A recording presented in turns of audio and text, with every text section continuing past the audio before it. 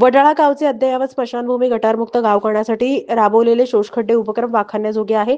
गावांतर्गत cement आणि favour ब्लॉकचे रस्ते गावांना एकजूट करून वॉटर कप स्पर्धेमुळे 3 मीटर वाढवलेली पाण्याची पातळी, त्यामुळे गावाची टँकरपासून मुक्ती पाहून जिल्हा परिषदेचे मुख्य कार्यकारी अधिकारी कुलदीप जंगम थक्क झालेत. वडाळा ग्रामपंचायतीला विकास कामासाठी सर्वतोपरी मदत करण्याचं आश्वासन देत वडाळा गावचा विकास पॅटर्न जिल्ह्यात राबवला पाहिजे अशी भूमिकाही त्यांनी स्पष्ट केली आहे. जिल्हा परिषदेचे माजी अध्यक्ष बळीराम काका साठे यांच्या मार्गदर्शनाखाली वडाळा गावानं गेल्या 30 वर्षात विकासाचा डोंगर उभा केला असून गावचे सरपंच जितेंद्र साठे आणि त्यांची टीम काका साठे विकास पॅटर्न लौकिक वाढवण्यासाठी कार्यरत आहेत. वडाळा गावाच्या विकास कामांची मुख्य कार्यकारी अधिकारी जंगम यांनी पाहणी केली आहे.